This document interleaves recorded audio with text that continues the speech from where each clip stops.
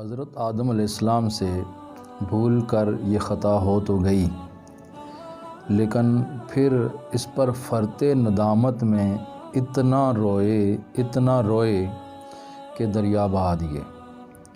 روایات میں آتا ہے کہ اگر آدم علیہ السلام کی ساری اولاد کے آنسو ایک طرف رکھے جائیں اور حضرت آدم کے آنسو ایک طرف رکھے جائیں تو وہ زیادہ ہیں، اتنے زیادہ روئے۔ اور ان کے رونے میں شدت کتنی تھی کہ ان کے درد انگیز جو نالہ تھا اس سے پتھروں کے دل بھی پھٹ جاتے تھے، پتھر پھٹ جاتے۔ رات دن آہو فغاں کے سوا کوئی کام نہیں تھا۔ تو کافی عرصہ گزر گیا۔ کتنا عرصہ؟ منقول ہے کہ 200 سال اسی طرح گزر گئے۔ تو آپ کو سمجھ نہیں آ رہی تھی کہ میرا رب میری دعا قبول کیوں نہیں کر رہا، میری توبہ قبول کیوں نہیں کر رہا۔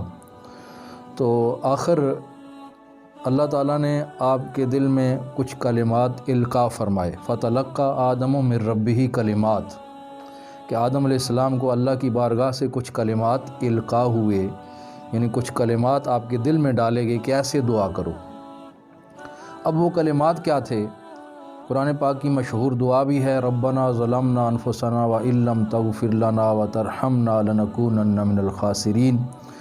اور اس کے ساتھ مزید کلمات کا کچھ اضافہ ہے۔ تو میں ایک روایت پیش کرنا چاہوں گا جو کہ تفسیر فتح العزیز میں شاہ عبدالعزیز رحمۃ اللہ تعالیٰ علیہ نے درج فرمائی ہے، پھر اس کے حوالہ جات میں پیش کروں گا۔ حضرت سیدنا عمر بن خطاب رضی اللہ عنہ سے روایت ہے کہ رسول اللہ صلی اللہ علیہ وسلم نے ارشاد فرمایا کہ حضرت آدم علیہ السلام سے خطا ہو گئی اور آپ پر عتاب الہی نازل ہوا، یعنی اللہ تعالیٰ کی ناراضگی ہو گئی۔ تو حضرت آدم علیہ السلام توبہ کر رہے تھے، استغفار کر رہے تھے، معافی مانگ رہے تھے، لیکن حیران تھے کہ توبہ قبول کیوں نہیں ہو رہی۔ آخر ایک دن انہیں خیال آیا کہ جب اللہ تعالیٰ نے مجھے اپنے دست قدرت سے بنایا اور پھر میرے اندر روح پھونکی، تو میں جب زندہ ہوا، زندگی ملی مجھے، میں حرکت میں آیا تو میں نے سر اٹھایا تو عرش پر لکھا ہوا تھا لا الہ الا اللہ محمد الرسول اللہ۔ تو جس ہستی کا نام اس نے اپنے نام کے ساتھ وہاں لکھ رکھا ہے نا، یقیناً اس ہستی سے بڑھ کر اس کی بارگاہ میں کسی شخص کی قدر نہیں ہے۔ تو میں کیوں نہ اسی کا ہی وسیلہ پیش کروں۔ تو حضرت آدم علیہ السلام نے باقی جتنی دعائیں مانگ رہے تھے ان دعاؤں کے ساتھ یہ الفاظ کا اضافہ کیا، اسألک بحق محمد ان غفرت لی، اے رب جو میں بخشش کی دعائیں کر رہا ہوں ان کے ساتھ میں حضرت محمد صلی اللہ علیہ وسلم کا وسیلہ اور ان کا حق تیری بارگاہ میں پیش کرتا ہوں کہ تو مجھے بخش دے۔ تو اللہ تعالیٰ نے آپ کو بخش دیا اور پھر وہی فرمائی، اے آدم آپ کو کیسے پتہ چلا کہ محمد صلی اللہ علیہ وسلم میرا محبوب ہے؟ تو حضرت آدم علیہ السلام نے عرض کی، اے مالک الملک، جب تو نے مجھے پیدا کیا تھا تو میں نے عرش پہ دیکھا تھا، تیرے نام کے ساتھ ان کا نام لکھا تھا، تو مجھے یقین ہو گیا کہ یہ وہ ہستی ہے کہ جس کی قدر تیری بارگاہ میں سب سے زیادہ ہے اور اس سے زیادہ کسی کی قدر نہیں ہے۔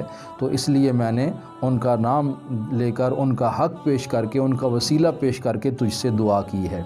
تو رب العالمین نے فرمایا، اے آدم آپ نے سچ فرمایا، محمد صلی اللہ علیہ وسلم آپ کی اولاد میں سے آخری نبی ہیں اور وہ میرے محبوب ہیں، اور اگر وہ نہ ہوتے تو بھی نہ ہوتا۔ یہ روایت ہے۔ تو چونکہ اس میں حضور صلی اللہ علیہ وسلم کی ذات کا وسیلہ کا ذکر ہے تو کچھ لوگ وسیلہ کے قائل نہیں ہیں، تو میں چاہوں گا کہ اس حدیث کی باقی جو کتب ہیں ان کا بھی نام لے لیا جائے کہ کون کون سی کتابوں میں یہ حدیث آئی ہے اور کس کس جلیل القدر امام نے اس کو درج فرمایا ہے، تاکہ سننے والے ساتھیوں کے دل میں تسلی و تشفی ہو جائے کہ ہمارے باپ کی توبہ اللہ نے بحق محمد صلی اللہ علیہ وسلم قبول فرمائی۔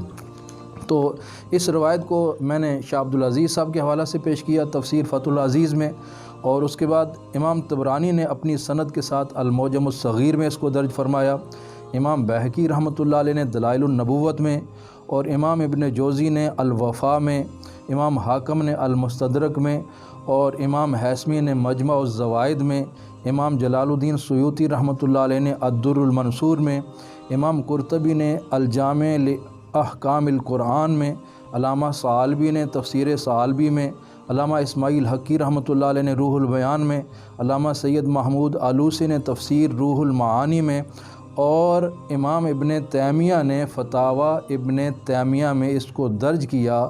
اور ابن تیمیہ کے الفاظ پیش کرنا چاہوں گا، وہ کہتے ہیں وَهُمَا كَالتَّفْسِيرِ لِأَحَادِيثِ الصَّحِيحَّةِ کہ یہ جو حدیثیں ہیں نا حضرت آدم علیہ السلام کی توبہ بحق محمد قبول ہونے والی، یہ احادیث صحیحہ کی تفسیر کے درجہ میں ہیں۔